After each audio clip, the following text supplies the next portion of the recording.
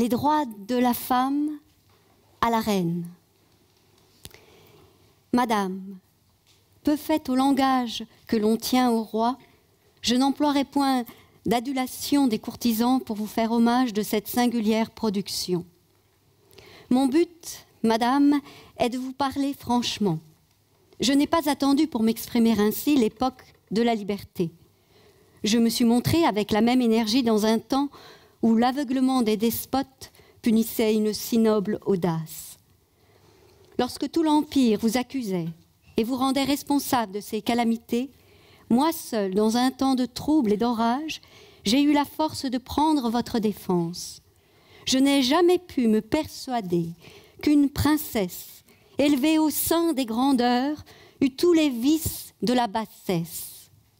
Oui, madame, lorsque j'ai vu le glaive levé sur vous, j'ai jeté mes observations entre ce glaive et la victime.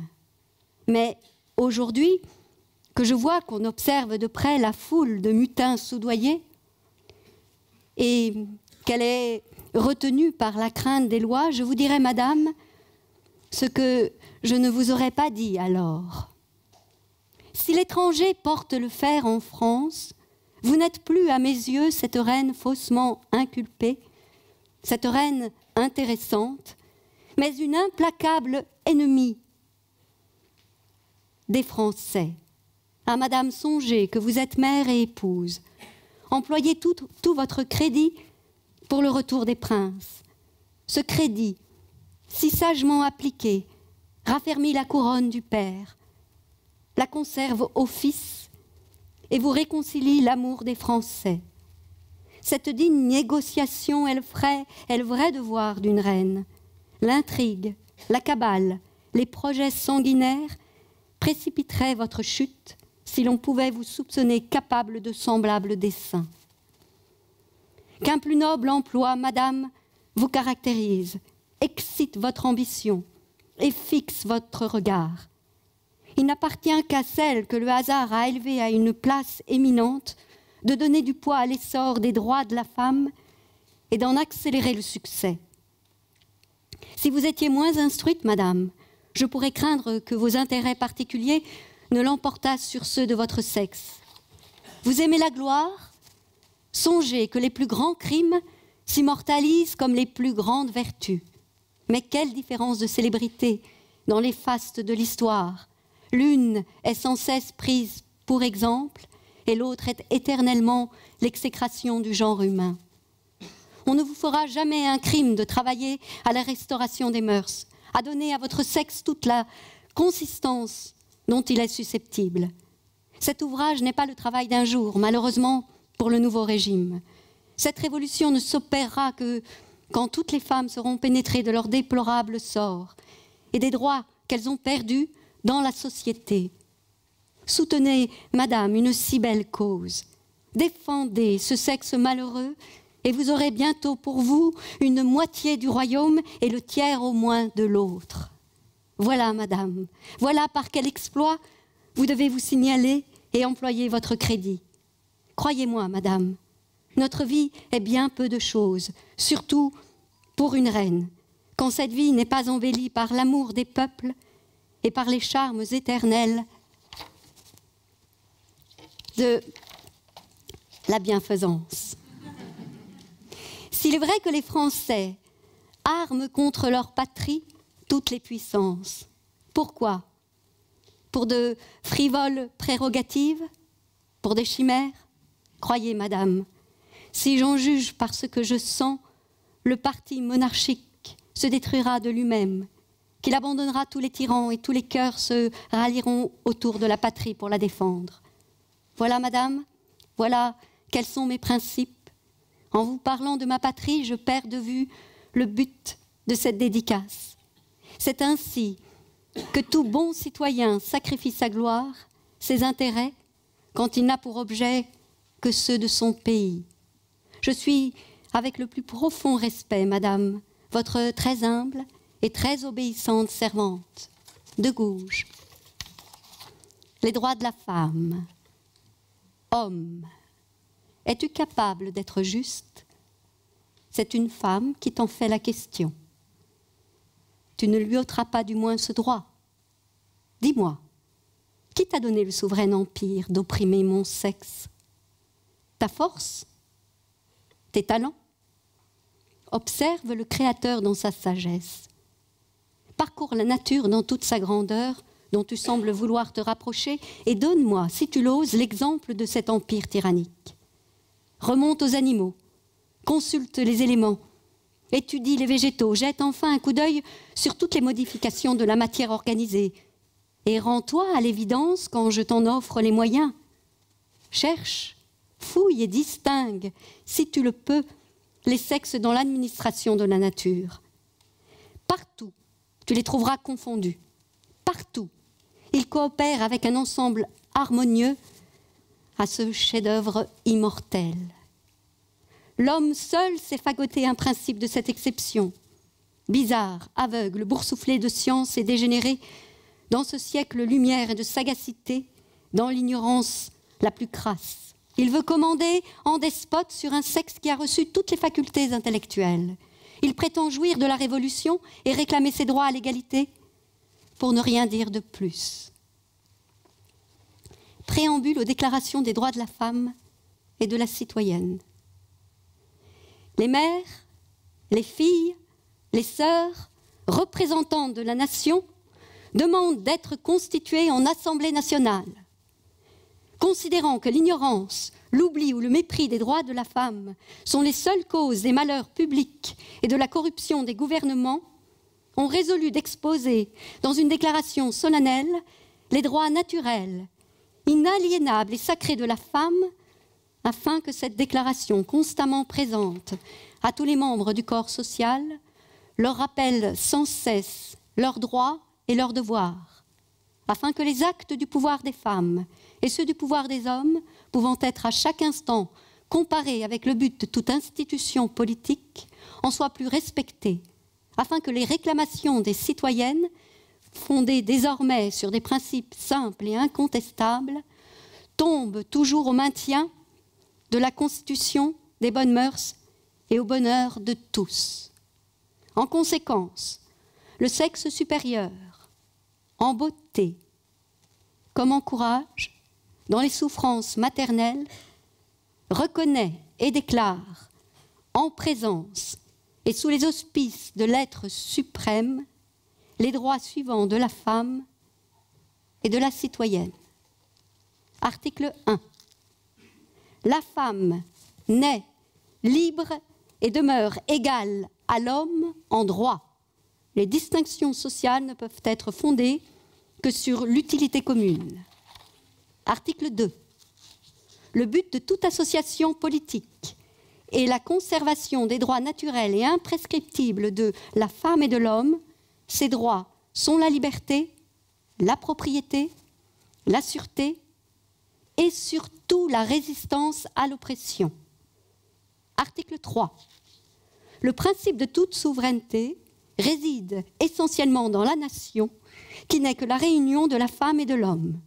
Nul corps, nul individu ne peut exercer d'autorité qui n'en émane expressément. Article 4. La liberté et la justice consistent à rendre tout ce qui appartient à autrui.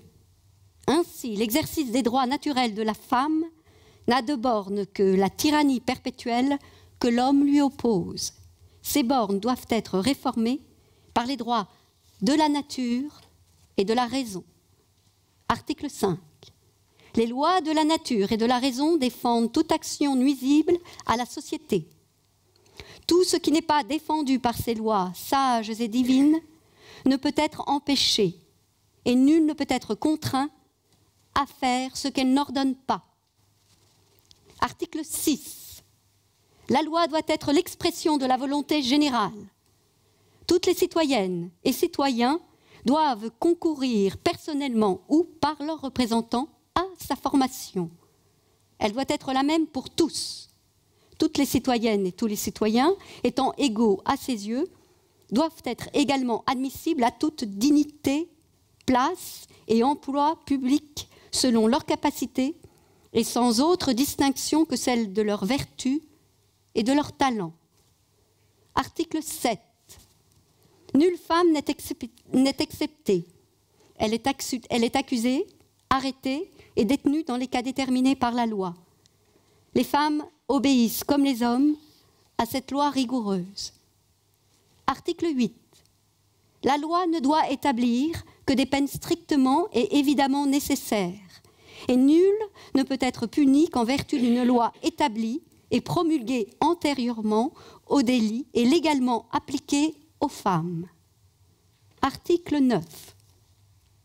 Toute femme étant déclarée coupable, toute rigueur est exercée par la loi. Article 10.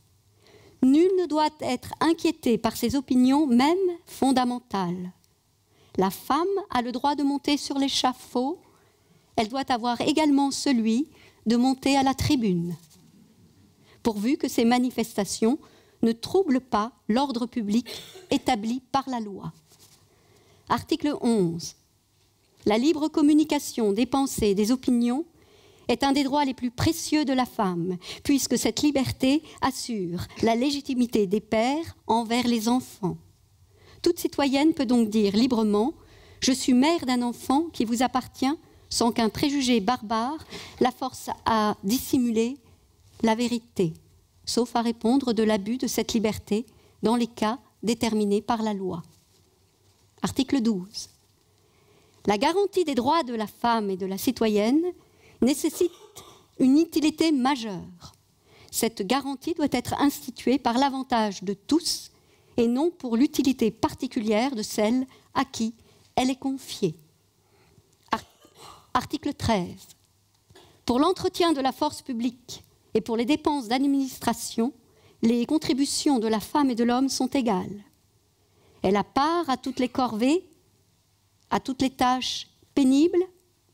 Elle doit donc avoir de même part à la distribution des places, des emplois, des charges, des dignités et de l'industrie. Article 14. Les citoyennes et citoyens ont le droit de constater par eux-mêmes ou par leurs représentants la nécessité de la contribution publique. Les citoyennes ne peuvent y adhérer que par l'admission d'un partage égal, non seulement dans la fortune, mais encore dans l'administration publique, et de déterminer la qualité, l'assiette, le recouvrement et la durée de l'impôt. Article 15. La masse des femmes coalisées pour la contribution à celle des hommes a le droit de demander compte à tout agent public de son administration. Article 16. Toute société dans laquelle la garantie des droits n'est pas assurée, ni la séparation des pouvoirs déterminée, n'a point de constitution. La constitution est nulle si la majorité des individus qui composent la nation n'a pas coopéré à sa rédaction. Enfin, article 17. Les propriétés sont à tous les sexes réunis ou séparés. Elles ont pour chacun un droit inviolable et sacré. Nul ne peut en être privé comme vrai patrimoine de la nature, si ce n'est lorsque la nécessité publique, légalement constatée, l'exige évidemment, et sous la condition d'une juste et préalable indemnité. Postambule. Femme, réveille-toi. Le Tosquin de la raison se fait entendre dans tout l'univers. Reconnais tes droits. Le puissant empire de la nature n'est plus environné de préjugés, de fanatisme, de superstition et de mensonges. Le flambeau de la vérité a dissipé tous les nuages de la sottise et de l'usurpation. L'homme esclave a multiplié ses forces, a eu besoin de recourir aux tiennes pour briser ses fers. Devenu libre, il est devenu injuste envers sa compagne. Ô femmes, femmes, quand cesserez-vous d'être aveugles? Quels sont les avantages que vous avez recueillis dans la Révolution? Un mépris plus marqué, un dédain plus signalé. Dans les siècles de corruption, vous n'avez régné que sur la faiblesse des hommes. Votre empire est détruit. Que vous reste-t-il donc? La conviction des injustices de l'homme, la réclamation de votre patrimoine, fondée sur les sages décrets de la nature? Qu'auriez-vous à redouter pour une si belle entreprise? Craignez-vous que nos législateurs français, correcteurs de cette morale, longtemps accrochés aux branches de la politique, mais qui n'étaient plus de saison, ne vous répètent « Femmes, qu'y a-t-il de commun entre vous et nous ?» Tout auriez-vous à répondre. S'ils s'obstinaient dans leur faiblesse à mettre cette inconséquence en contradiction avec leurs principes, opposez courageusement la force de la raison aux vaines prétentions de supériorité. Réunissez-vous sous les étendards de la philosophie, déployez toute l'énergie de votre caractère, et vous verrez bientôt ces orgueilleux, non serviles adorateurs rampant à vos pieds, mais fiers de partager avec vous les trésors de l'être suprême. Quelles que soient les barrières que l'on vous oppose, il est en votre pouvoir de les affranchir. Vous n'avez qu'à le vouloir. Passons maintenant à l'effroyable tableau de ce que vous avez été dans la société. Et puisqu'il est question en ce moment d'une éducation nationale, voyons si nos sages législateurs penseront sainement sur l'éducation des femmes. Les femmes ont fait plus de mal que de bien. La contrainte et la dissimulation ont été leur partage. Ce que la force leur avait ravi, la ruse leur a rendu. Elles ont eu recours à toutes les ressources de leur charme, et le plus irréprochable ne leur résistait pas. Le poison, le fer, tout était soumis. Elles commandaient au crime comme à la vertu. Le gouvernement français, surtout, a dépendu pendant des siècles de l'administration nocturne des femmes. Le cabinet n'avait point de secret pour leur indiscrétion. Ambassade, commandement, ministère, présidence, pontificat, cardinalat, enfin, tout ce qui caractérise la sottise des hommes, profanes et sacrés, tout a été soumis à la cupidité et à l'ambition de ce sexe autrefois méprisable et respecté, et depuis la Révolution, respectable et méprisé. Dans cette sorte d'antithèse, que de remarques n'ai-je point à offrir? Je n'ai qu'un moment pour les faire, mais ce moment fixera l'attention de la postérité la plus reculée. Sous l'Ancien Régime, tout était vicieux, tout était coupable. Mais ne pourrait-on pas apercevoir l'amélioration des choses dans la substance même du vice? Une femme n'avait besoin que d'être belle ou aimable. Quand elle possédait ces deux avantages, elle voyait sans fortune à ses pieds. Si elle n'en profitait pas, elle avait un caractère bizarre ou une philosophie peu commune qui la portait au mépris des richesses. Alors elle n'était plus considérée que comme une mauvaise tête. La plus indécente se faisait respecter avec de l'or. Le commerce des femmes était une espèce d'industrie reçue dans la première classe qui, désormais, n'aura plus de crédit. Si l'on avait encore, la Révolution serait perdue. Et sous de nouveaux rapports, nous serions toujours corrompus. Cependant, la raison peut-elle se dissimuler que tout autre chemin à la fortune est fermé à la femme que l'homme achète, comme l'esclave sur les côtes d'Afrique? La différence est grande, on le sait. L'esclave commande au maître, mais si le maître lui donne la liberté sans récompense, et à un âge où l'esclave a perdu tous ses charmes, que devient cet infortuné? Le jouet du mépris. Les portes mêmes de la bienfaisance lui sont fermées. Elle est pauvre et vieille, dit-on. Pourquoi n'a-t-elle pas su faire fortune? D'autres exemples encore plus touchants s'offrent à la raison. Une jeune personne sans expérience, séduite par un homme qu'elle aime, abandonnera ses parents pour le suivre. L'ingrat la laissera après quelques années. Et plus elle aura vieilli avec lui, plus son inconstance sera inhumaine. Si elle a des enfants, il l'abandonnera de même. S'il est riche, il se croira dispensé de partager sa fortune avec ses nobles victimes. Si quelque engagement se lie à ses devoirs, il en violera la puissance en espérant tout des lois. S'il est marié, tout autre engagement perd ses droits. Quelle loi reste-t-il donc à faire pour extirper le vice jusque dans la racine?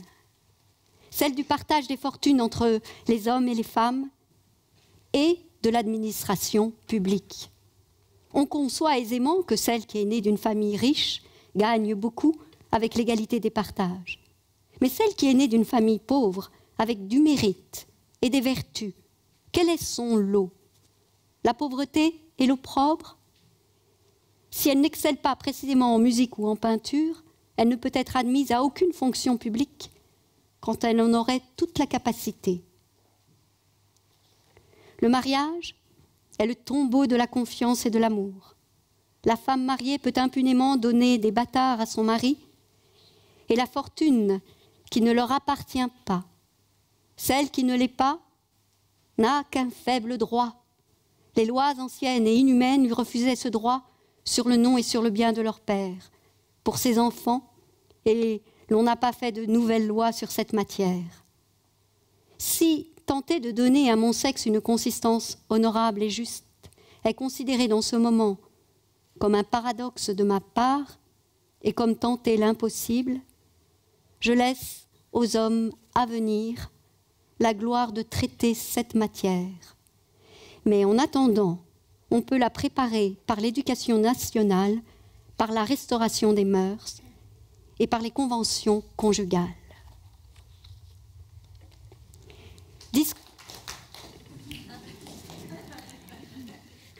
Extrait du discours prononcé à la Société fraternelle des Minimes le 25 mars 1792 par mademoiselle Théroigne. Citoyennes, quoique nous ayons remporté des victoires, qu'un tyran soit mort, qu'un ministre prévaricateur soit accusé de haute trahison et que l'Assemblée nationale montre une énergie qui ranime l'espérance des amis de la patrie, nous sommes cependant toujours en danger. Sans entrer à cet égard dans des détails qui vous sont connus, je vous répéterai seulement ce que je crois ne pouvoir être trop rappelé à votre souvenir, afin de vous inviter à réfléchir sérieusement sur notre situation, à ne pas perdre de vue que les torches de la guerre civile sont prêtes à s'allumer, que l'étendard de la contre-révolution est aboré dans plusieurs parties de l'Empire, qu'il est visible que partout, mais particulièrement dans Paris, des scélérats soudoyés ont un plan de division intestine qu'ils suivent avec la plus grande activité afin de préparer des partis qui seront toujours funestes à la liberté, si votre vigilance ne déjoue les trames criminelles ourdies par nos ennemis. Citoyennes, n'oublions pas que nous nous devons toutes entières à la patrie, qu'il est de notre devoir le plus sacré de resserrer entre nous les liens de l'union, de la confraternité, et de répandre les principes, une énergie calme, afin de nous préparer avec autant de sagesse que de courage à repousser les attaques de nos ennemis. Citoyennes, nous pouvons par un généreux dévouement rompre le fil de ces intrigues. Armons-nous, nous en avons le droit par la nature et même par la loi. Montrons aux hommes que nous ne leur sommes inférieurs ni en vertu ni en courage.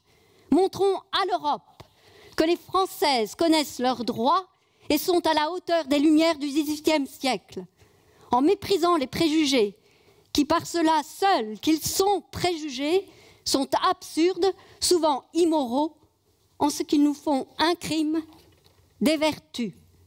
Françaises, je vous répète encore, élevons-nous à la hauteur de nos destinées, brisons nos fers. Il est temps enfin que les femmes sortent de leur honteuse nullité, où l'ignorance, l'orgueil et l'injustice des hommes les tiennent asservis depuis si longtemps. Replaçons-nous au temps où nos mères, les Gauloises et les fières Germaines, délibéraient dans les assemblées publiques, combattaient à côté de leurs époux pour repousser les ennemis de la liberté. Françaises, le même sang coule dans nos veines.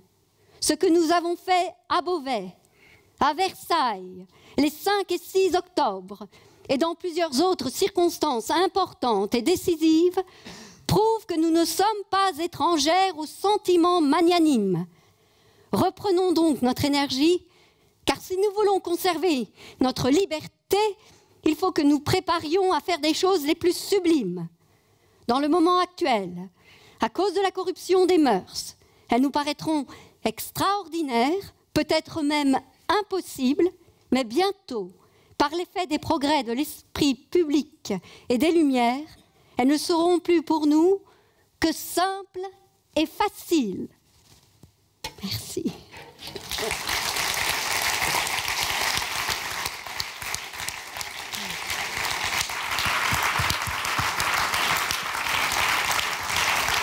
Merci. Merci Anne Kessler.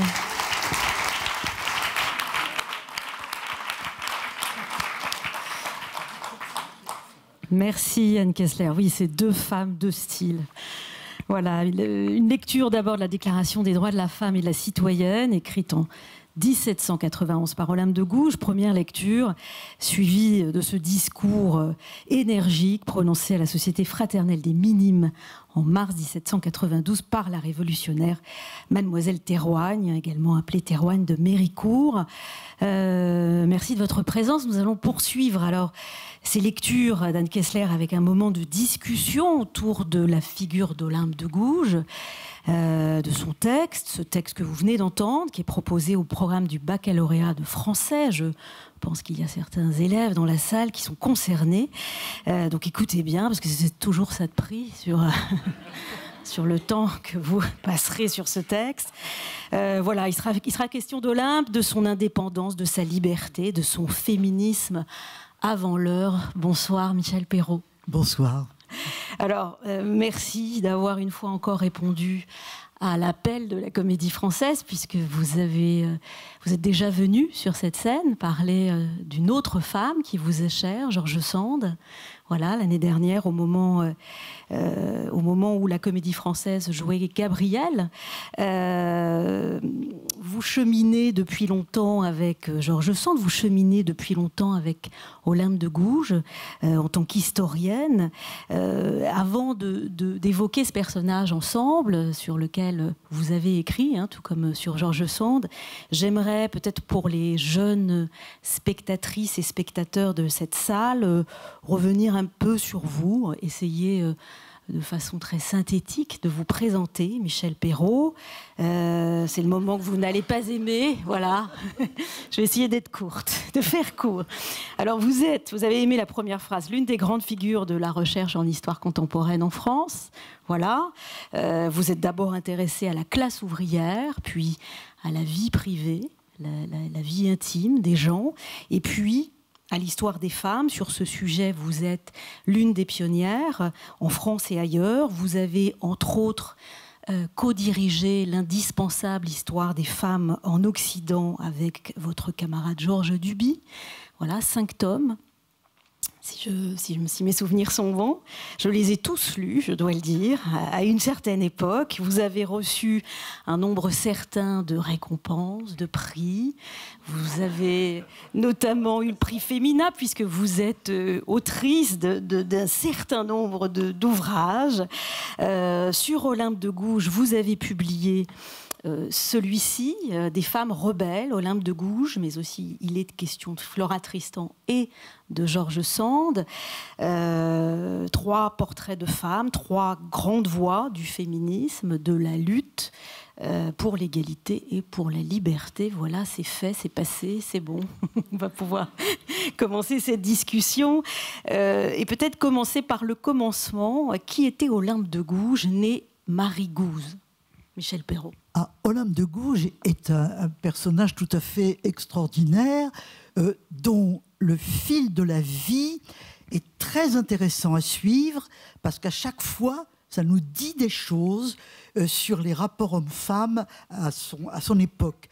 Elle est née en 1748 et elle est morte guillotinée en 1793. Elle était née à Montauban et elle était bâtarde, ce qui était très fréquent.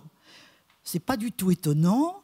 Il y a, dans cette deuxième moitié du XVIIIe siècle, puisqu'elle naît en 1748, bon, on est à la frontière, il y a une urbanisation, il y a un exode rural, etc., et une beaucoup plus grande liberté de mœurs, avec aussi cette forme d'exploitation des femmes avec la domesticité, par exemple. Hein. Et par conséquent, il y a beaucoup de femmes séduites et abandonnées. Et ça a été le cas de la mère d'Olympe de Gouges. Et c'est important parce qu'elle y reviendra souvent. Hein. Et même dans le texte compliqué, je fais juste une parenthèse pour dire que, en écoutant la lecture de ce texte, qui est formidable, hein, je me suis dit que pour les jeunes, c'était pas si simple que ça. C'est un texte très juridique. Voilà, on y reviendra peut-être. C'est un texte très juridique qui exprime la culture juridique de l'époque de la Révolution française, mais on y reviendra. Je referme la parenthèse pour revenir à Olympe. Donc, elle est une bâtarde. Sa mère l'élève comme elle peut, bien entendu. Pas tellement mal, parce qu'en réalité, elle sait lire et écrire, ce qui n'était quand même pas la généralité absolue. Et bon, elle fait toutes sortes de choses dans sa province, et puis on la marie. Hein. On la marie sans amour, mariage sans amour, dont elle a un fils, Pierre. C'est important parce que ce fils, elle l'aime, ça sera son enfant unique, elle l'aime. Elle l'aime beaucoup, elle s'en est beaucoup occupée à travers toutes ses pérégrinations, à la fois de déplacements géographiques et politiques. Il a toujours été avec elle. Et Pierre, plus tard, ne sera pas extrêmement bien avec elle. Hein. Il la laissera un peu tomber au moment où elle aurait eu besoin de lui, pourtant, au moment où elle était emprisonnée. Plus tard, il a fait son chemin et il reconnaîtra qu'il avait eu tort et qu'il avait des remords vis-à-vis de sa mère. Alors, donc, elle divorce. Elle divorce. Il n'y a pas de droit encore au divorce, hein, mais elle se sépare de son mari, qui d'ailleurs meurt. Et c'est une mort qu'elle n'a pas regrettée. Oui. Hein, voilà. Et finalement, elle conquiert sa liberté et elle décide de venir à Paris. Voilà. Alors, il faut bien voir ce que Paris représente à cette époque dans l'ensemble du royaume de France. Au fond, tous les garçons et toutes les filles sont un petit peu des Rastignac, hein, à la Balzac. Ils ont envie de quitter leur province, qu'ils considèrent comme une province, parce qu'ils ont dans l'idée que Paris, c'est les lumières, c'est la ville, on va pouvoir se faire un chemin, etc. Et est-ce que c'est le cas ? C'est compliqué. La réponse n'est pas simple. Pas changé. Il y a évidemment des échecs très grands, des désillusions considérables et une mortalité aussi. Hein. Ces gens qui arrivent à Paris, qui n'ont pas de moyens, qui crèvent la faim, souvent ont froid, etc. Il y en a beaucoup qui meurent. Donc c'est dur. Mais il y a aussi le risque comporte une chance. Et un certain nombre se font, en effet, leur chemin. Olympe de Gouges fait partie de cela. Il faut dire qu'elle avait une sœur à Paris, donc il y avait déjà un courant de migration à Paris, et sa sœur l'a accueillie. Hein. On sait même très précisément où elle l'a accueillie.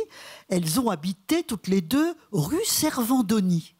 Hein, cette rue Servandoni qui va le musée du Luxembourg, là, jusqu'à la place Saint-Sulpice. Si vous ne la connaissez pas, je vous en parlerai parce que c'est très, très... la rue est très jolie et puis en même temps, il y a du rêve dans tout ça, hein, beaucoup. Hein, mais on en reparlera. Alors, elle vient à Paris, elle n'habite pas tout le temps rue Servandoni, sa sœur l'accueille, etc. Elle va ailleurs, à un moment donné, elle va habiter Auteuil.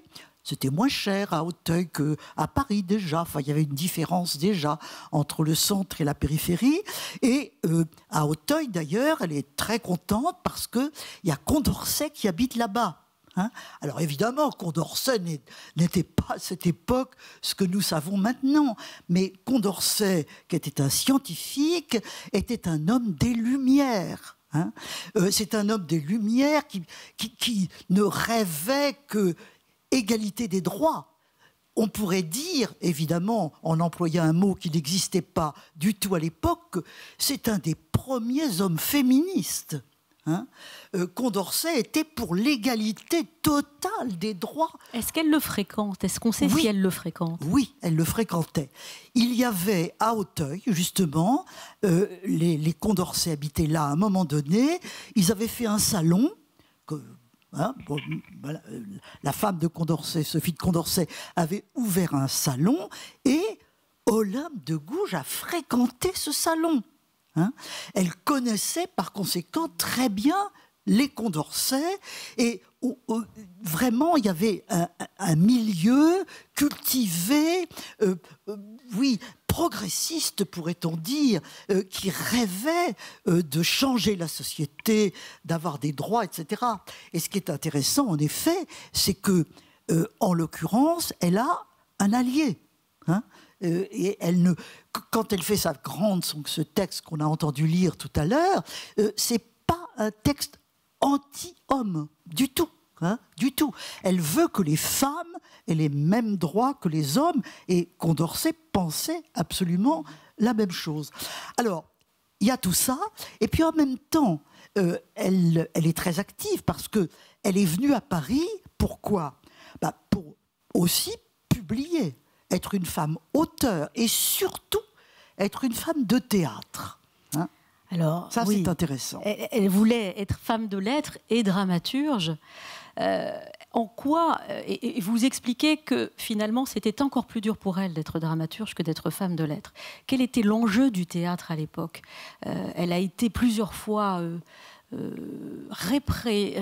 réprimandée, en tout cas ses textes l'ont été, par la Comédie Française, qui n'a pas été très aimable avec Olympe de Gouges, hein, on doit le dire quand même ce soir. Elle n'a jamais fait affaire avec la Comédie Française, qui avait un certain nombre de privilèges à l'époque.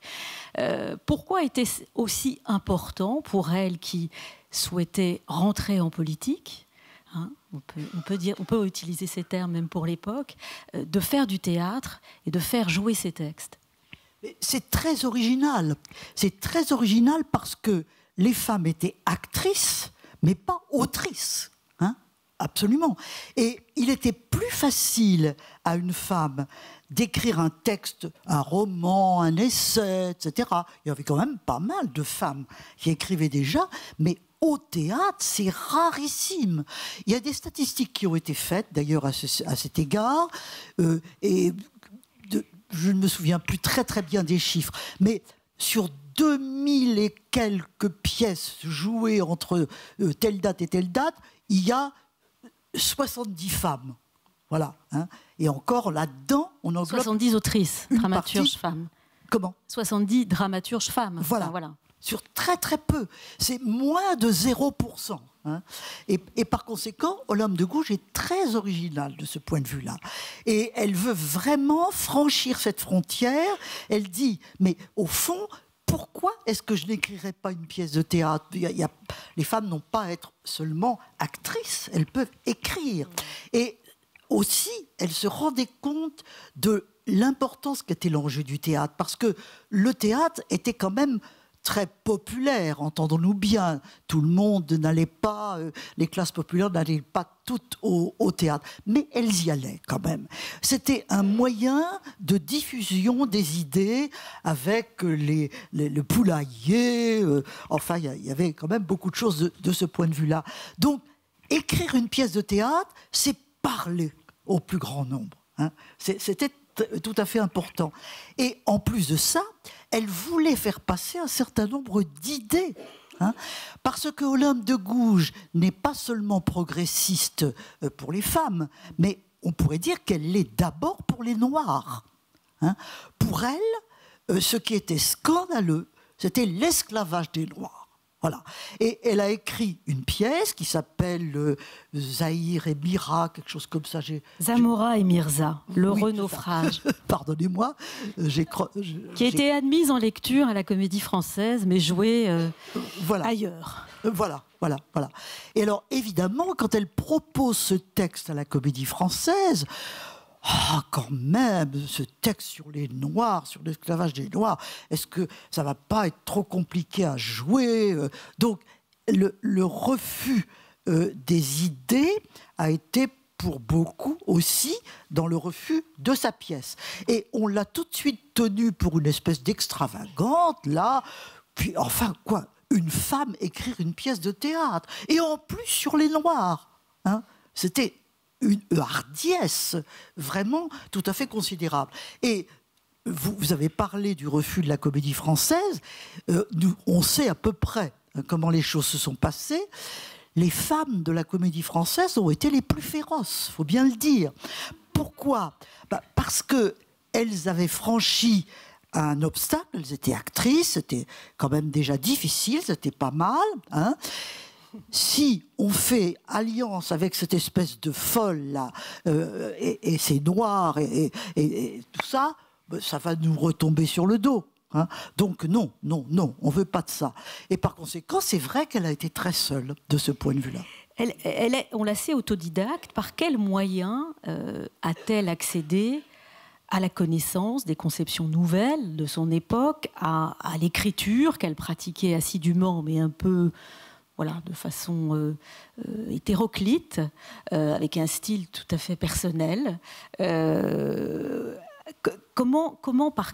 quel moyen est-elle arrivée, elle précisément, et peut-être par quel moyen les femmes en général, à cette époque à Paris, arrivaient-elles au savoir, voilà, jusqu'à la connaissance, jusqu'à l'écriture, et jusqu'à la capacité à se faire entendre? Elle-même savait lire et écrire, on l'a dit tout à l'heure, probablement dans une école religieuse. C'était toujours les religieuses qui s'occupaient des petites filles et qui leur apprenaient des rudiments. Visiblement, elle en a quelques-uns, mais il y a cette formidable autodidaxie des femmes. Hein. Il y a, dans le XVIIIe siècle, pour tout le monde, une aspiration au savoir. Voilà. Il y a une espèce de désir de conquérir le savoir, de lire, d'écrire. Ça touche les hommes et les femmes. C'est porté par les Lumières ? Porté par les Lumières ? Oui, oui, tout à fait, absolument. Absolument porté par les Lumières. Donc, elle se montre extrêmement active et ça n'était pas facile parce qu'elle le dit elle-même. Par exemple, pour parler, pas seulement pour écrire, mais pour parler, elle a l'accent du Midi. Hein, et elle a une espèce d'accent qu'elle regrettera d'ailleurs souvent parce qu'elle pense que du coup elle a du mal à s'exprimer et à se faire comprendre. Et pour ses textes écrits, elle dit aussi qu'elle bute. Elle bute sur les mots. Elle a des difficultés. Et d'ailleurs, très souvent, elle emploie d'autres personnes, des secrétaires, enfin, qui écrivent ces textes pour elle. Hein. Elle les dicte, en quelque sorte, et ils l'écrivent pour elle. Donc, tout ça, ça montre la difficulté et l'extraordinaire énergie qu'il lui a fallu, en définitive, pour écrire ce que nous venons d'entendre, quand même. Cette déclaration, des pièces de théâtre, qu'écrit-elle je sais qu'elle écrivait des affiches, par exemple, des textes qu'elle collait sur les murs, tout type de format. Elle utilise les formats de l'époque ou elle utilise ses propres formats à elle? Les deux. Les deux, absolument. Il y a beaucoup on fait avec vraiment des bouts de ficelle, avec un papier, on écrit à la main. Elle va coller ça toute seule dans les bons endroits, là où on sait que les gens lisent. Hein. C'est un petit peu, on pourrait dire, c'est des Dazibao de l'époque. Hein. C'est des textes comme ça. C'était comme ça pour tout le monde. Les gens communiquaient de cette façon-là. Les textes officiels étaient imprimés. Et puis les textes que les gens voulaient écrire, ils les écrivaient eux-mêmes. Hein.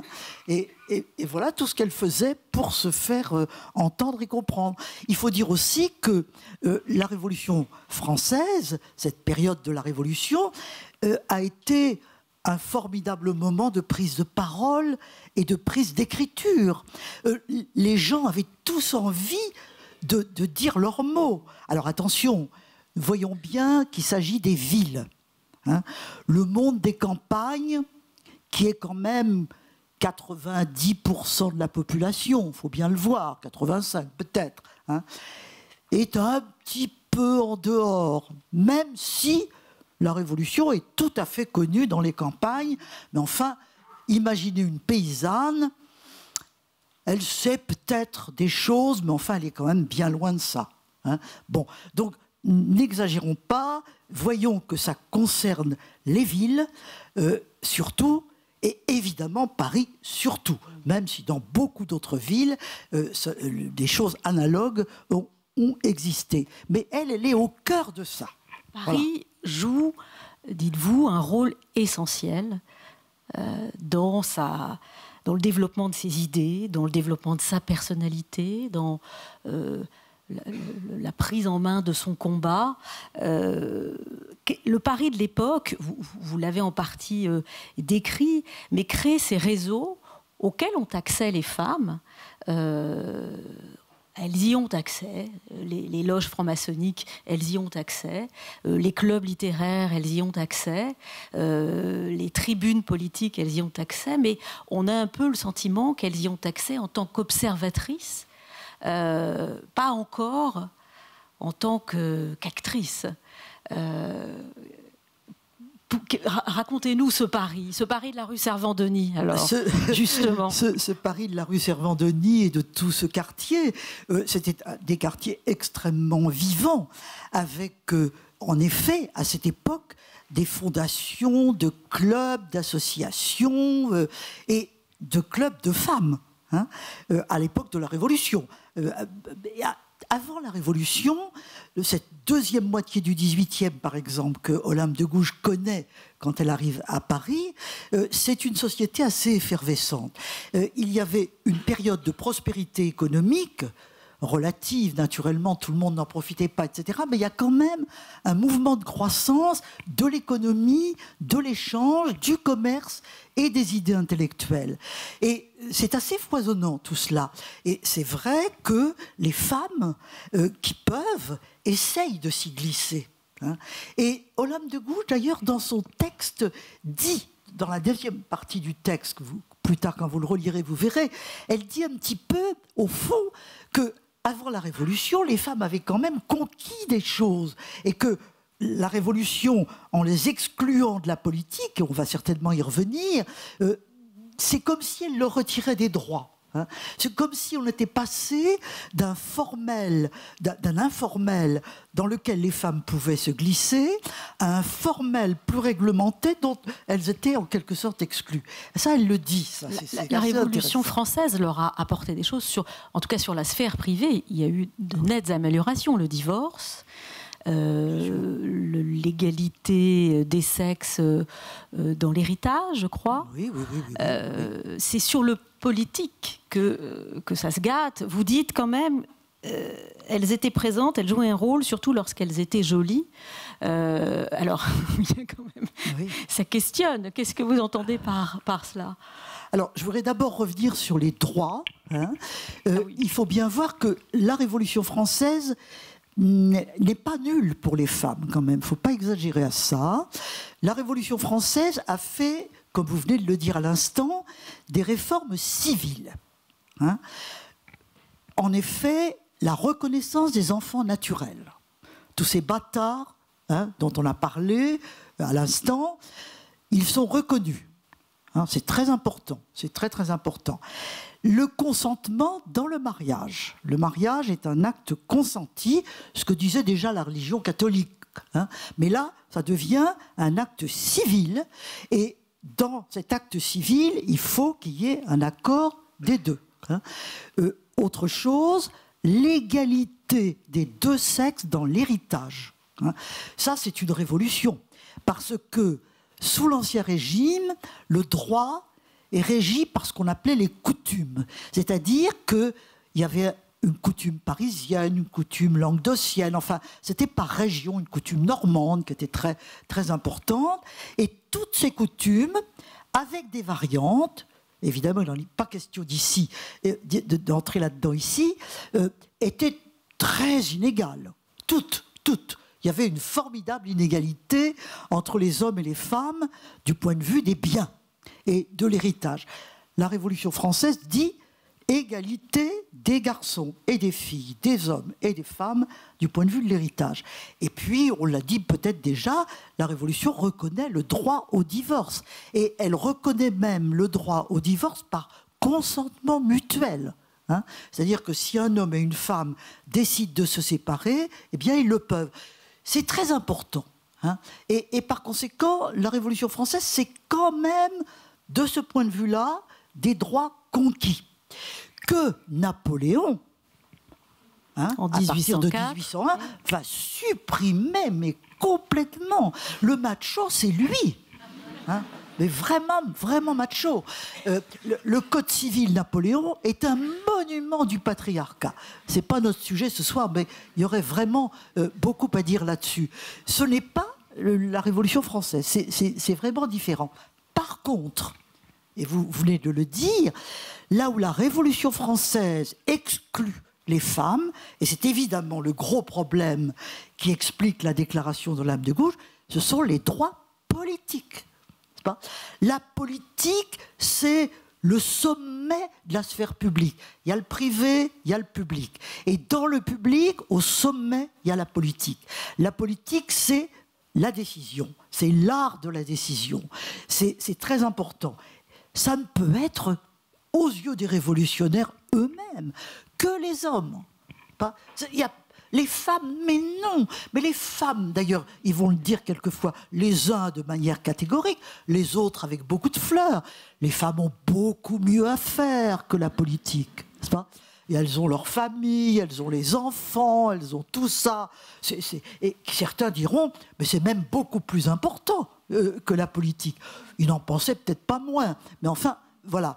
Donc là, il y a une exclusion totale quand Sieyès, qui est un grand révolutionnaire, organise le droit de vote pour la première fois en 1789. Il va dire, on va donner le droit de suffrage à la majorité des hommes, pas tous quand même, mais immense majorité des hommes, et on exclut les fous, les mineurs, les étrangers, les gens qui n'ont pas beaucoup d'argent, parce que s'ils n'ont pas un petit minimum, ils ne vont pas être capables de faire de la politique. Et toutes les femmes, voilà. Hein, et toutes les femmes. Michel, juste rappeler à quel moment elles vont pouvoir accéder au droit de vote. En 1944. Avec le premier vote en 1945. C'est le long chemin des femmes pour accéder aux droits politiques. C'est quand même quelque chose d'extraordinaire, cette affaire-là. Parce que la Révolution, la République, formidable, hein, formidable. Exclusion des femmes de la politique. Comment voulez-vous que les femmes conscientes et relativement organisées, plus ou moins, ne se révoltent pas contre ça? Et Olympe de Gouges, c'est intéressant de ce point de vue parce qu'elle a une conscience très claire de ça. C'est pas très clair. Le texte, avec sa longueur peut-être, que vous avez peut-être trouvé que c'était beaucoup de choses, il faudra le lire plus attentivement, mais il y a des phrases, il y a des articles qui sont d'une modernité et d'une clarté absolument aveuglante. Oui, parce que ça n'est pas un texte effectivement très facile, ça n'est pas non plus une grande autrice, une grande styliste, mais ce texte est révolutionnaire à bien des égards. Est-ce que, comme ça, par le souvenir, quels sont les articles les plus saillants, les plus modernes, et ceux qui, finalement, ne verront de concrétisation que très tardivement? Elle revendique l'égalité totale des droits. Hein. les hommes et les femmes naissent libres et égaux en droit et les mêmes. Quand on voit l'inégalité qu'il y avait, c'est évidemment tout à fait révolutionnaire. Et puis la phrase fameuse que tout le monde connaît, les femmes ont le droit de monter à l'échafaud, elles doivent avoir le droit de monter à la tribune. Hein, ça, évidemment. Hein, si on les guillotine, c'est quand même qu'on les considère comme égales, au fond. Hein, on les guillotine, comme les hommes. Bon, bah alors, pourquoi est-ce qu'on les exclut de la parole? Elle souligne les profonds illogismes qu'il y a dans ce système. Il y aurait beaucoup d'autres articles, évidemment, à souligner. Ce qui est intéressant aussi, c'est que elle dit, à un moment donné, c'est peut-être un peu après les fameux articles, elle critique ce à quoi on avait réduit les femmes. Hein. Justement, la séduction, la galanterie. Hein, cette fameuse galanterie française dont on fait une qualité sublime, mais qui était, elle le dit très bien, une forme de domination. Les femmes n'existaient que par leur beauté. Voilà, hein, leur charme, leur beauté, si elles en avaient, elles pouvaient se faire un chemin parce qu'elles pouvaient séduire, et puis autrement, rien du tout. Par conséquent, elle s'élève beaucoup. Et il y a aussi une autre chose très intéressante, il y a beaucoup de choses très intéressantes. Elle dit, les femmes ne demandent pas la protection. Ça, c'est très intéressant. Elle devait vivre sous protection. Elle a elle-même vécu sous protection. Qu'est-ce qu'était la protection, alors? Eh ben, la protection, c'est d'avoir un protecteur. Hein. Elle-même en a eu. Il y avait un certain Béatrix à Paris, qui avait été elle était très jolie, hein, très jolie jeune femme. Donc, elle avait du succès. Et que fait le protecteur? Le protecteur, il la protège. C'est-à-dire, que si elle a des problèmes, il peut intervenir. Et puis, en général, il donne de l'argent. Hein. C'est au fond une espèce de forme de femme entretenue.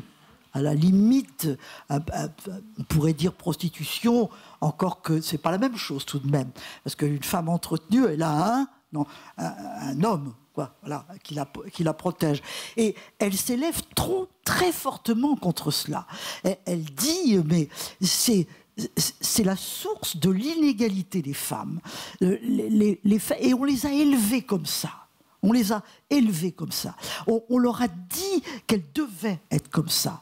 Et on sent dans le texte à quel point elle est révoltée de cette situation. Autrement dit, elle est révoltée elle-même de la situation dans laquelle elle a été. Et probablement que Béatrix, elle n'en a rien à faire de Béatrix, sauf que c'est son protecteur quand même. Elle a toujours refusé de se remarier. Elle a vécu sa vie libre. Le mariage est l'une de ses cibles. Oh, mais bien sûr. Elle pense que le mariage tel qu'il est, c'est l'esclavage. Hein. George Sand dira la même chose, absolument. Et qu'elle développe d'ailleurs une conception du mariage d'amour, hein, qui est très intéressante. Ce sont les femmes qui ont créé le mariage d'amour. C'est important, ça. L'idée du mariage d'amour, vous voulez dire? Ah oui, absolument. Pourquoi? Parce que dans la société telle qu'elle était, ça ne veut pas dire qu'il n'y a pas eu des mariages d'amour et des hommes amoureux dans le mariage, bien entendu. Mais le système était tel que le mariage, c'est la destinée de tout le monde se marie. Hein, à 90%, les gens se marient. Mais donc c'est un grand fait social, c'est la norme en quelque sorte, et pour les hommes, le mariage, c'est une union. Voilà. C'est tout. Hein. Et pour les familles aussi, j'allais dire, une famille veut marier sa fille, lui assurer une union, etc. Et au fond de ce mariage, l'amour, c'est très secondaire. Ça ne veut pas dire qu'il n'existe pas. Mais les gens pensent que le mariage l'amour viendra après. Voilà. On fait une union, on essaie que ce soit à peu près bien. Bon, ce n'était pas toujours le cas. Et puis après, ça viendra. Voilà, ça viendra. Ça viendra ou ça ne viendra pas. Et de toute façon, pour les hommes, il est parfaitement admis que, bon, bah, si leur mariage, ça ne marche pas, ils pourront toujours aller voir ailleurs. Hein. C'est totalement toléré. Alors que pour une femme, mais ça c'est surtout le code Napoléon, là on anticipe un petit peu sur le 19e siècle, une femme adultère, alors là, elle est passible des tribunaux. Hein.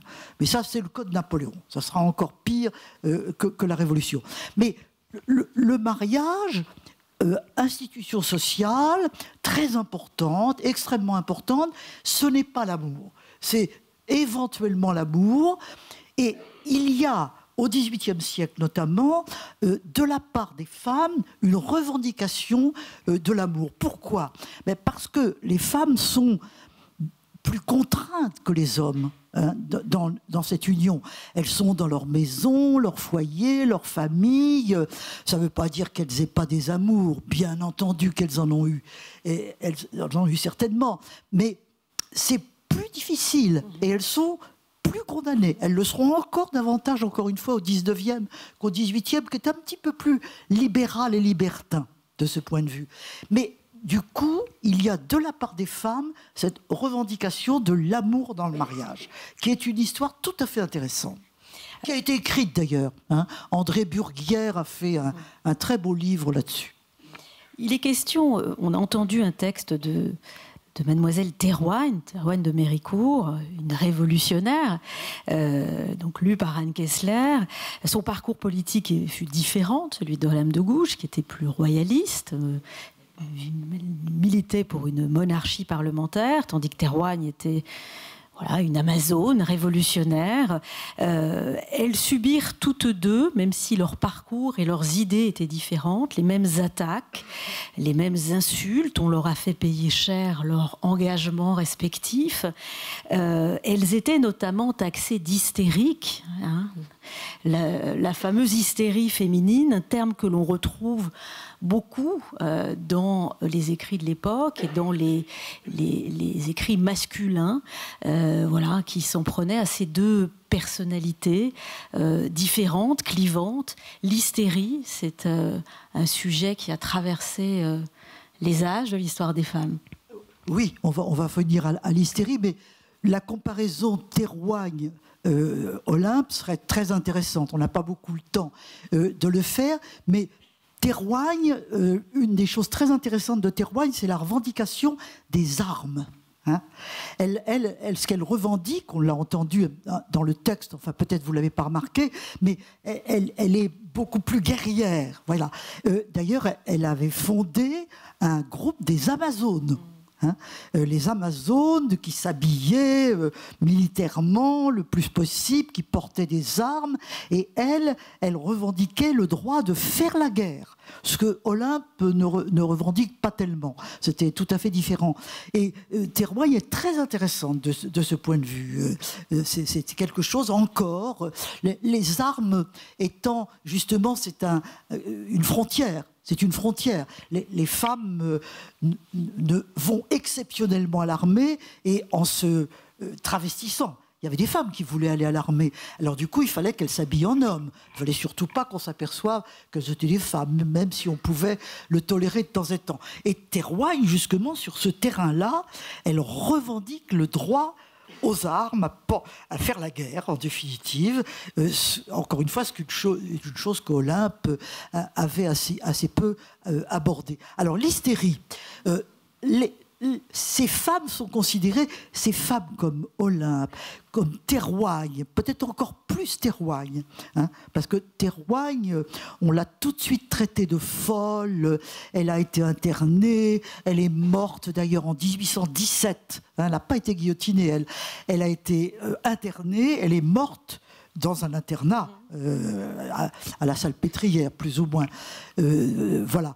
Mais l'hystérie, alors qu'est-ce que c'est que l'hystérie ? L'hystérie, ça peut être, tout le monde considère que c'est une maladie nerveuse, et plus tard on dira, mais ça atteint tout le monde, les hommes et les femmes. Mais à cette époque-là, fin 18e et encore plus 19e, l'hystérie, c'est les femmes. Voilà. Hein. C'est le dérèglement sexuel, notamment des femmes, hein, qui explique, l'hystérie vient de l'utérus. Hein. Et par conséquent, ce sont les femmes qui sont hystériques, c'est-à-dire quoi, leurs nerfs prennent le dessus, elles sont un peu folles. Hein. De toute façon, les femmes sont folles. L'idée que les femmes sont folles est une idée assez fondamentale, peut-être pas au XVIIIe, mais plutôt évidemment au XIXe siècle, ça tout à fait. Et alors, de ce point de vue-là, ça c'est très utile au fond, parce que ça sert à disqualifier beaucoup de choses que font les femmes. Elles ont cette idée-là, bon, elles sont folles de toute façon.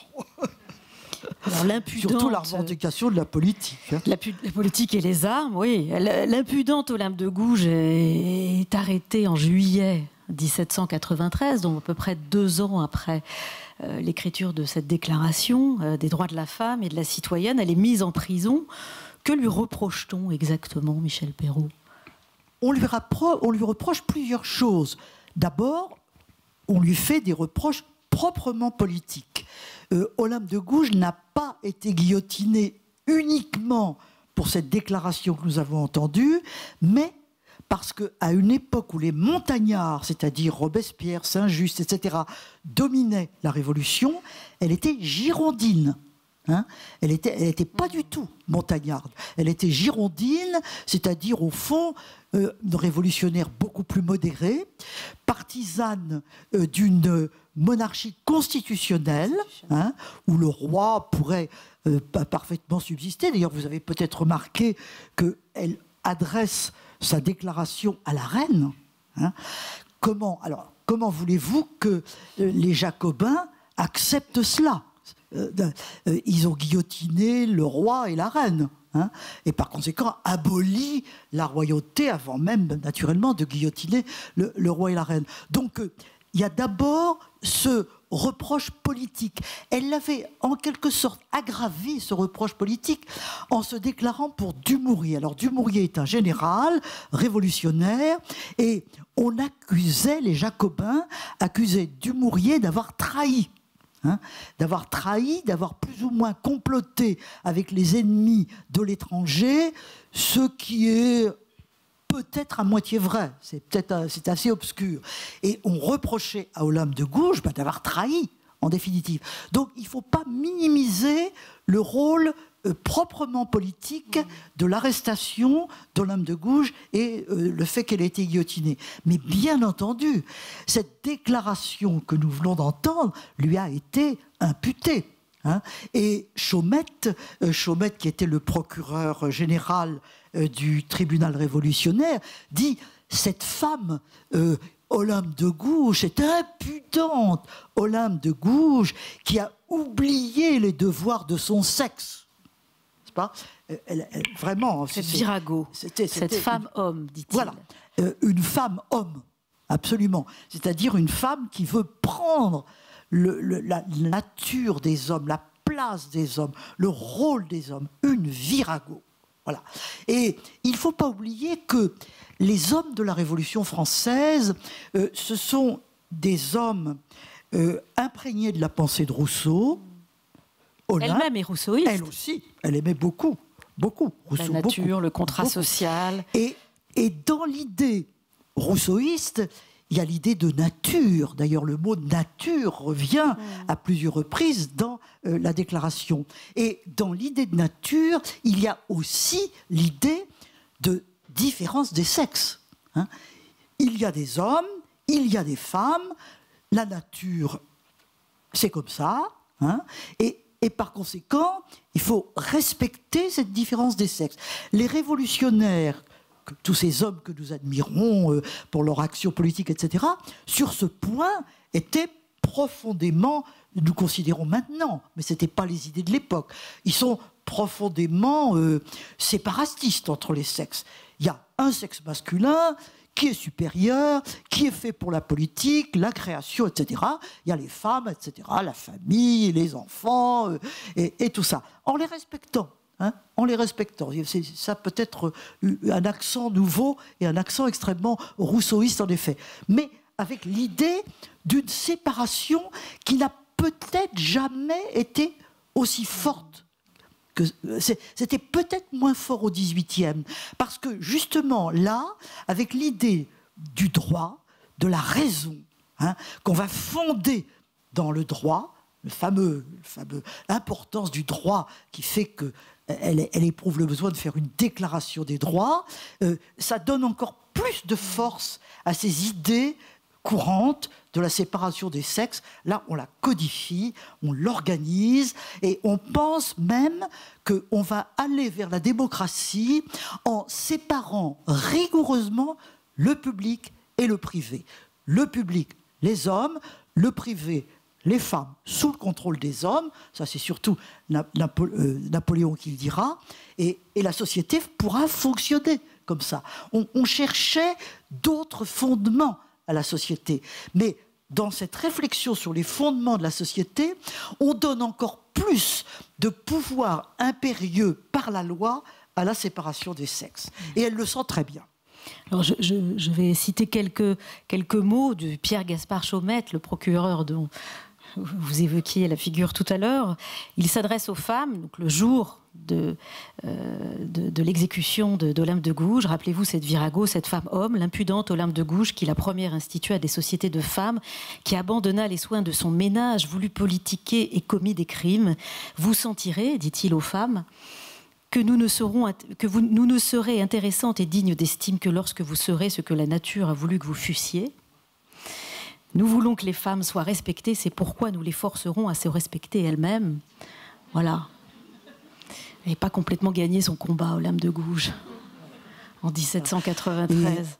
Ce que vous venez de lire là à l'instant, il y a tout. Tout ce que nous venons de dire est parfaitement résumé par le procureur en question. Alors aujourd'hui, Olympe de Gouges est au programme du bac. Donc elle a été sortie du placard. Elle a longtemps été, son texte, ses textes, dans les placards de l'histoire. À quel moment est-elle ressortie? À quel moment émerge-t-elle dans l'histoire et dans l'histoire des femmes que vous connaissez? Il y a des écrits sur elle, au XIXe siècle. Michelet, par exemple. Michelet, grand historien, a publié un livre qui s'appelle « Les femmes dans la Révolution ». Très intéressant, extrêmement intéressant. Intéressant, par ailleurs, il leur donne de la place, etc. Mais avec bien cette idée que je viens d'énoncer, qu'il y a cette séparation du public, du privé, etc. Et en dehors du rôle des femmes à Versailles, les 5-6 octobre 1789, où les femmes vont revendiquer pour le pain, alors ça, Michelet dit c'est très bien, elles sont dans leur rôle. Elles sont dans leur rôle, elles sont des mères, et par conséquent, le pain, c'est leur affaire. Et il dit bravo, c'est très bien. Mais dès qu'elles veulent intervenir en politique, il dit c'est la catastrophe. Et il parle d'Olympe de Gouges, mais il en parle mal. Il en parle à peu près en disant qu'elle était en effet folle et hystérique. Autrement dit, le grand Michelet, républicain, vraiment, qui par ailleurs, j'allais dire, il aime les femmes, il les aime par ailleurs pour lui, il les aimait beaucoup même, mais il les respecte, etc. Mais encore une fois, à condition qu'elles restent bien dans le rôle féminin, tout à fait. Alors, en dehors de Michelet, il y a eu beaucoup d'autres études, mais on peut dire qu'on l'avait quand même un petit peu oublié, Olympe de Gouges. On l'avait oublié. Là où elle est ressortie, et je vous dirais que, pour ma part, quand j'ai commencé à m'intéresser à l'histoire des femmes, car au fond, je m'intéressais dans ma jeunesse pas à l'histoire des femmes, non. Je m'intéressais à l'histoire des hommes. Je voulais plutôt être comme les hommes, etc., etc. Mais quand je ne pensais pas vraiment à Olympe de Gouges. Alors, il y a des historiennes qui ont travaillé là-dessus. Je n'en citerai une, Dominique Godineau. Dominique Godineau a fait sa thèse qu'elle a dû soutenir vers 1980, quelque chose comme ça, 80-85, sur ce qu'elle a appelé les citoyennes tricoteuses. Le mot tricoteuse, c'était le nom, oui, enfin, dépréciatif, qu'on donnait aux femmes qui étaient dans les tribunes de l'Assemblée nationale, parce qu'il y en avait. Il y avait des femmes, elles se sentaient exclues, mais elles disaient, justement, puisqu'on ne veut pas de nous, on vient. Hein, et elles protestaient, elles suivaient les débats. Et alors évidemment, les révolutionnaires disaient, elles sont affreuses, ces femmes-là. C'est des tricoteuses, là, vraiment, c'est abominable. Et par conséquent, pourquoi est-ce que je vous dis ça? Parce que c'est le titre du livre de Dominique Godino. Oui, c'est ça. Alors, elle a appelé sa thèse « Citoyenne tricoteuse ». C'est vraiment une thèse formidable, etc. Et ensuite, quand on a écrit l'histoire des femmes en Occident, c'est elle qui a écrit le chapitre sur les femmes dans la Révolution française. Et évidemment, elle parle beaucoup d'Olympe de Gouges. Mais d'autre part, en 1989, il y a eu la commémoration du bicentenaire de la Révolution française. Et à ce moment-là, je crois que ça a été un moment où les historiennes des femmes, dont je fais partie, ont redécouvert véritablement Olympe de Gouges. Je crois que c'est à ce moment-là que justement on a commencé à réfléchir avec Dominique et les d'autres, mais au fond, qu'est-ce qu'elles ont fait pendant la Révolution? Où est-ce qu'elles étaient? Et Olympe de Gouges, à ce moment-là, est vraiment revenue, alors que je crois qu'on l'avait un petit peu oubliée. Donc elle est aujourd'hui au programme du bac. Qu'est-ce que ça provoque en vous? On en a discuté ensemble.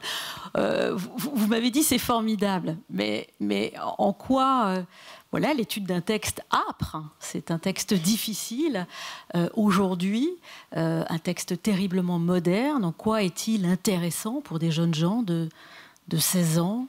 Je ne sais pas comment les jeunes gens de 16 ans vont accueillir ce texte, ça c'est encore autre chose.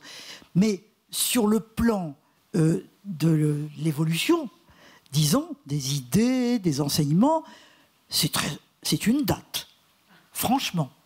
Voir arriver Olympe de Gouges dans le programme du bac, franchement, je n'en reviens pas. Même quand on a commencé à écrire l'histoire des femmes, etc., oui, on n'imaginait pas encore ça. Donc, les idées ont progressé, les choses ont progressé. Que le texte soit difficile, oui. Ceci étant, je crois qu'en prenant calmement son temps, en le lisant et en le commentant, il y a énormément de choses à dire. Ce texte est d'une très, très grande richesse. Les professeurs... je leur fais entièrement confiance. Ils vont l'éclairer par le contexte, et puis il y a beaucoup de choses. Il y a des choses qui, vous voulez, renvoient au contexte de l'époque, et notamment, on revient à ce que je me répète un peu, à ce contexte juridique de l'époque. Ne pas oublier que les révolutionnaires français étaient des gens nourris du droit.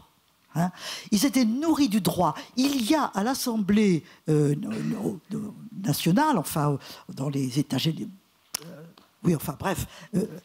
à la Convention, l'Assemblée constituante, puis à la Convention, il y a peut-être 2/3 de juristes.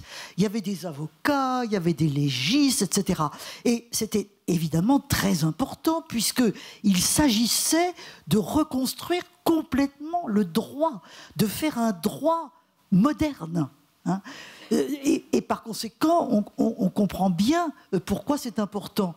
Il est tout à fait intéressant de voir que Olympe de Gouges s'est mis dans ce courant. C'est saisi de ce courant, exactement. Voilà. Sans avoir l'éducation, sans avoir la formation. Exactement. Elle n'a pas fait d'études de droit, et là nous retrouvons cette extraordinaire autodidaxie par laquelle elle s'est appropriée cette chose-là, plus comme d'autres. Elle voulait faire du théâtre, là elle fait du droit. Elle fait du droit, elle emploie des termes juridiques, elle fait un raisonnement juridique, elle fait une déclaration comme la Grande Révolution l'avait fait, mais en excluant les femmes, et elle veut, montrer que les femmes sont là, et que cette déclaration va mettre les femmes dans l'histoire, et dans l'histoire de cette révolution dont elle se revendique. Car c'est une révolutionnaire, même si elle a des idées peut-être modérées par rapport à Robespierre, bien sûr, mais elle est pour que la révolution s'installe et que la démocratie soit pratiquée. Alors, si vous allez vous promener rue Servandoni, bien vous verrez une petite plaque au nom. Je vais vous parler de la rue Servandoni. Ben oui, vous ne nous avez pas parlé de la rue Servandoni. Vous êtes voisine de la rue Servandoni. Nous sommes voisins de la rue Servandoni. La rue Servandoni, donc, si vous ne la connaissez pas, eh bien, vous allez devant le rue de Vaugirard, devant le musée de l'Orangerie, là, le musée du Luxembourg. Musée du Luxembourg. Et la rue Servandoni descend place Saint-Sulpice. Vous verrez, en descendant la rue, à votre gauche, presque tout de suite, une maison avec une plaque à Olympe de Gouges qui a écrit la Déclaration des droits de la femme et de la citoyenne, avec ses dates, 1748-1793. Alors, cette plaque a été apposée il y a déjà pas mal d'années, et à l'initiative de féministes belges. Oui. C'est pas une initiative française au point de départ. C'est une initiative de féministes belges. Vive le féminisme et vive les Belges. Voilà. Et alors, probablement que dans cette maison, alors est-ce que c'est là qu'elle a écrit la déclaration? Alors ça, c'est peut-être un peu mythologique, mais c'est là, en tout cas, que sa sœur avait habité et l'avait d'abord reçue. Vous descendez un tout petit peu la rue, et à votre main droite, un petit peu plus bas, vous voyez une maison sur laquelle il y a Condorcet a écrit dans cette maison « Esquisse des progrès de l'esprit humain ». N'est-ce pas ? L'esquisse des progrès de l'esprit humain, en effet, Condorcet, qui à ce moment-là était lui aussi persécuté par les révolutionnaires, parce que Condorcet n'était pas non plus montagnard, et il était par conséquent persécuté, et il se cachait. Et il se cachait dans la rue Servandoni. Et dans la rue Servandoni, il n'est pas resté inactif, il a écrit « Esquisse des progrès de l'esprit humain », où le titre même est en effet tout un programme. Je trouve ça extraordinaire. Je trouve extraordinaire que ces deux personnes, une femme, un homme, une femme, qui s'étaient connus auparavant, qui avaient fréquenté le même salon de Sophie de Condorcet à Auteuil, qui s'étaient rencontrés à Paris dans des sociétés de pensée, qui partageaient les mêmes opinions, parce que Condorcet a écrit en 1790 un texte qui s'appelle « De l'admission des femmes au droit de cité ». Et par conséquent, lui aussi, il était sur les mêmes positions que Olympe de Gouges et Olympe sur les mêmes que les siennes. Eh bien, ils étaient là, dans cette même rue, persécutés l'un et l'autre. Le savaient-ils? Se sont-ils croisés? Se sont-ils rencontrés? L'histoire ne le dit pas. L'imagination romanesque peut le dire. Et on peut l'imaginer. Alors vous les appelez Olympe, Théroigne, vous Flora, Georges, ces femmes qui, comme Olympe de Gouges, ont croisé votre vie d'historienne, de féministe.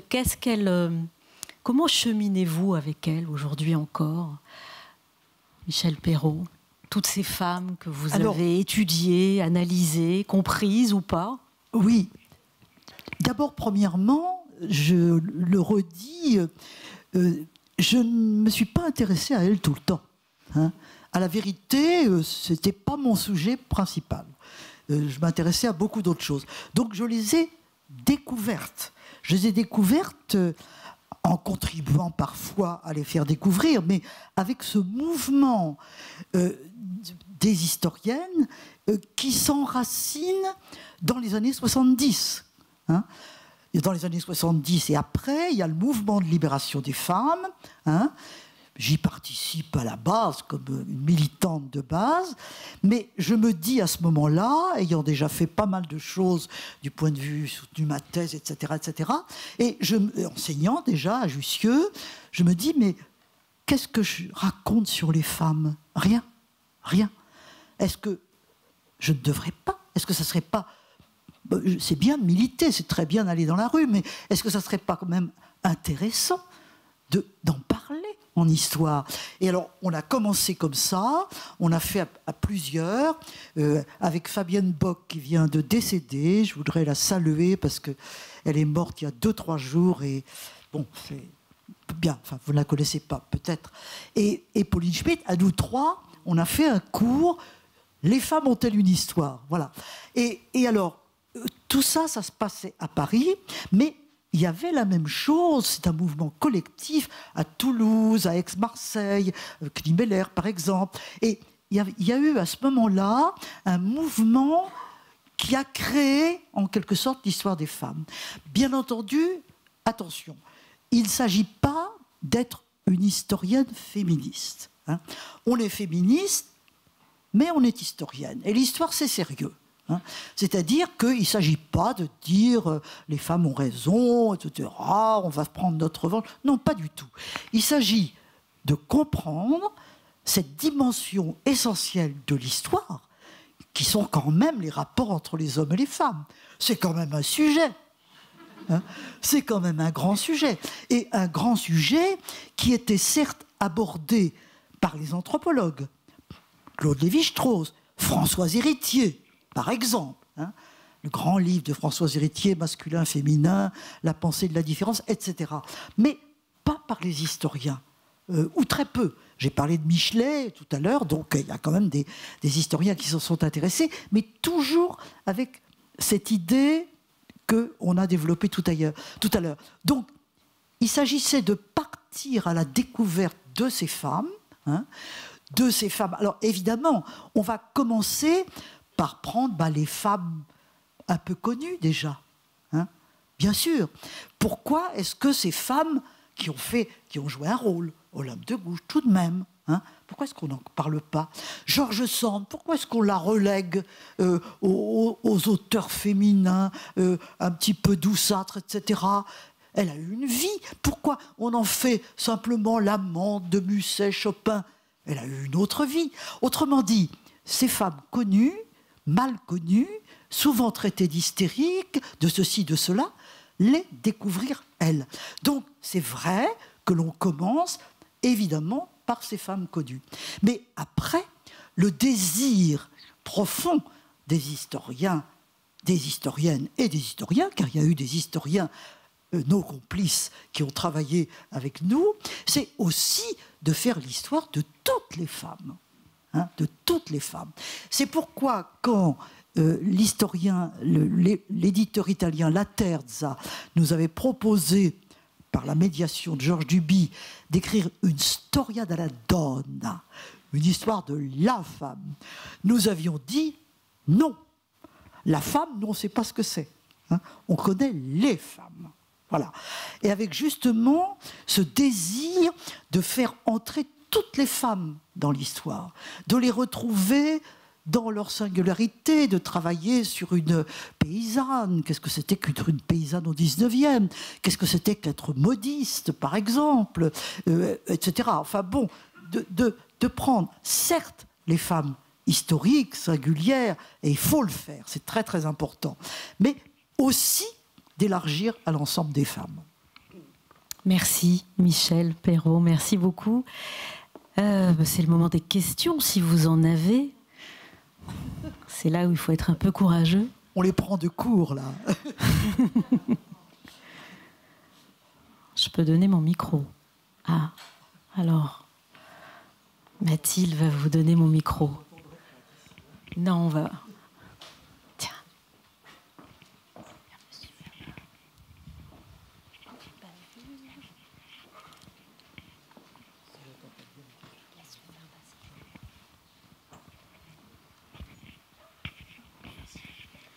Bonsoir, merci beaucoup pour cet exposé.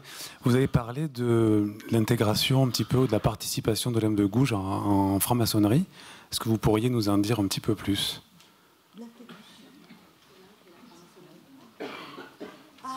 Olympe et la franc-maçonnerie. Bah, écoutez, je vais vous décevoir. Je ne sais pas grand-chose. Hein. Je ne sais pas grand-chose là-dessus. Elle l'a très probablement été. Très probablement. La franc-maçonnerie était relativement plus ouverte que d'autres sociétés aux femmes de cette époque.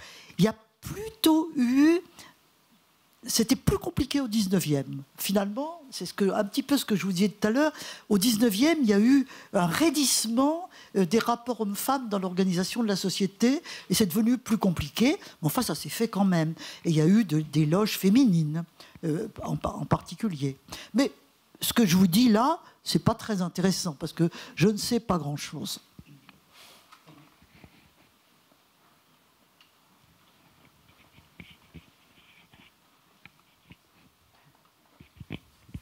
Bonjour et merci aussi pour cette conférence. Même si le sujet ce soir c'était Olympe de Gouges et les femmes, vous avez parlé tout à l'heure de ce combat contre l'esclavage. Et d'ailleurs, il y a sa pièce D'Amor et Mirza qui est contre l'esclavage. Est-ce que vous pouvez en parler aussi? Oui, alors, de manière générale, le féminisme, encore une fois, ce mot est employé à tort car il n'existait pas, mais enfin c'est commode, a été très résolument abolitionniste. Hein, abolitionniste, c'est-à-dire l'abolition de l'esclavage. Ça se voit au XVIIIe siècle, toutes les femmes de progrès disent mais c'est scandaleux cette chose-là, et elles y voient, il y a une raison aussi pourquoi elles insistent là-dessus, parce qu'elles voient dans la condition des Noirs l'analogue à la condition des femmes. Hein, c'est ce que dit Olympe de Gouges d'ailleurs, c'est ce que dit Olympe de Gouges, c'est ce que dira encore plus, mais alors là au 19e, quelqu'un comme Flora Tristan. Flora Tristan est très intéressante de ce point de vue. Elle avait par ailleurs voyagé en Amérique du Sud et elle avait vu ce que c'était un petit peu que l'esclavage dans les plantations. Et donc, oui, les femmes ont été sensibles à cette question-là. Elles ont été sensibles à cette question, encore une fois, en soi, parce que c'est scandaleux et parce que le fait que peut-être elles éprouvaient ce sentiment de domination les rendait sensibles à la domination des Noirs. Et Olympe de Gouges, sur ce point, a été d'une grande clarté. Elle a écrit... alors, pour Olympe de Gouges, pour tous ceux qui s'intéresseraient à Olympe de Gouges, le meilleur historien, c'est un homme, Olivier Blanc, hein, qui a écrit il y a longtemps déjà, dans les années 80, quelque chose comme ça. Il a écrit une biographie d'Olympe de Gouges en publiant beaucoup de textes. Et dans les textes qu'il publie, on retrouve des textes d'Olympe de Gouges sur l'esclavage, où elle se déclare véritablement hostile à l'esclavage. Donc ça, c'est en effet quelque chose d'important et à souligner.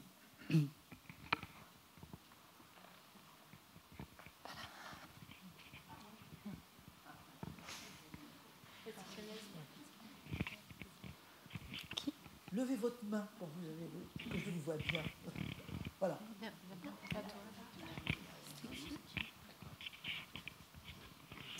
Je vous remercie infiniment de cet exposé brillant et très intéressant. Et je voudrais vous poser une question concernant donc la déclaration d'Olympe de Gouges sur la déclaration des droits de la femme qu'elle adresse à la reine Marie-Antoinette. Et que pensait-elle apporter à sa déclaration en utilisant, enfin entre guillemets, cette destinatrice de son message? Et c'est drôle, je vais compléter, c'est ma maman.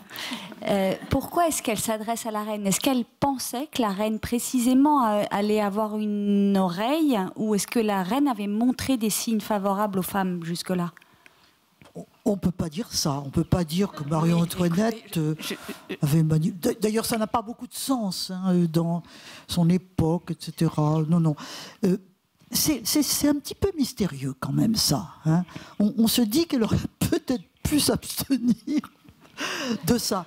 Mais bon, enfin, c'est autre chose. Hein. Il faut la prendre comme elle est dans son époque et en effet essayer de comprendre pourquoi. Il y avait probablement l'idée que, d'abord, elle est pas totalement républicaine, hein, Olympe de Gouges. Elle est pour une monarchie constitutionnelle. Ça, c'est clair. Hein. Et par conséquent, dans une monarchie constitutionnelle, elle veut que la reine ait autant de pouvoir que le roi. Hein. Alors là, elle serait pour l'égalité du roi et de la reine.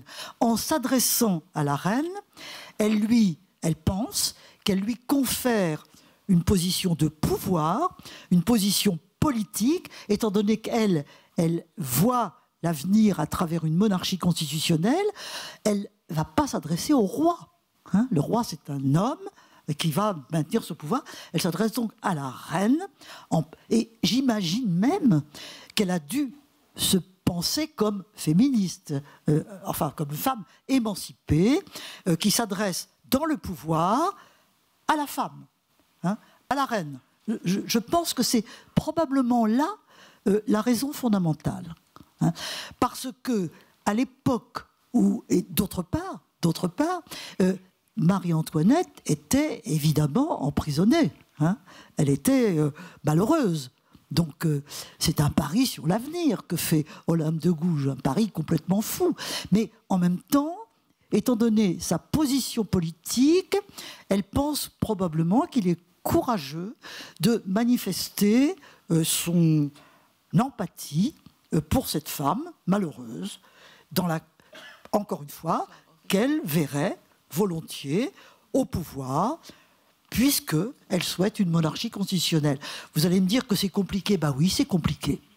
Oui, c'est compliqué, effectivement, parce que la position de Olympe de Gouges l'est aussi. Hein, mais elle l'est dans cette époque où il ne faut pas croire que les opinions étaient tranchées. Les opinions étaient très partagées, très divisées. Tout le monde ne voulait pas la même chose. Voilà à peu près pourquoi je pense qu'elle l'adresse à la reine. Ce qui peut nous paraître étrange, mais qu'il faut resituer en effet dans cette époque. Je peux ? Je profite du micro. Merci aussi vraiment de partager. C'est moi. Voilà. De partager toutes ces connaissances et ces analyses. Moi, j'ai une question à propos de la religion, parce qu'on ne voit pas, peut-être par inadvertance, mais quelle influence de la religion qui a quand même été omniprésente. Juste la référence à l'être suprême. Mais à part ça, quel a été le rôle de la religion dans le parcours d'Olympe de Gouges ? La religion a eu un peu de rôle, très peu. Elle était complètement détachée de toute religion, apparemment. Hein. Était-elle croyante? Je n'en sais rien, à la vérité. Je n'en sais rien. C'est probable. C'est probable. L'athéisme est quand même une position très minoritaire à cette époque-là. Hein. L'être suprême, c'est quand même la reconnaissance de l'existence de Dieu. Hein. Et les révolutionnaires croyaient à l'être suprême. Robespierre vénérait l'être suprême. Hein. L'idée d'un créateur de la société, du monde, c'était ce que partageait la majorité des gens. Par conséquent, on peut penser qu'Olympe de Gouges était dans cette perspective et elle reprend à son compte, au moins 3 ou 4 fois, l'expression « être suprême ». Hein. Voilà ce qu'on peut dire à peu près. Elle n'était certainement pas, elle était certainement plus que réservée devant l'Église. Hein. Elle était certainement très très réservée devant l'Église, mais l'Église était contre la Révolution. Il y avait évidemment là l'Église et la Révolution, c'était vraiment alors la lutte entre les deux, et donc elle était évidemment sortie de cela, mais justement les révolutionnaires revendiquent l'être suprême en disant la religion n'est pas le partage de l'Église catholique nous combat, etc., etc., mais nous croyons, nous, à l'être suprême, et la révolution, c'est le respect de l'être suprême. Je pense qu'elle devait se sentir assez à l'aise dans cette perspective.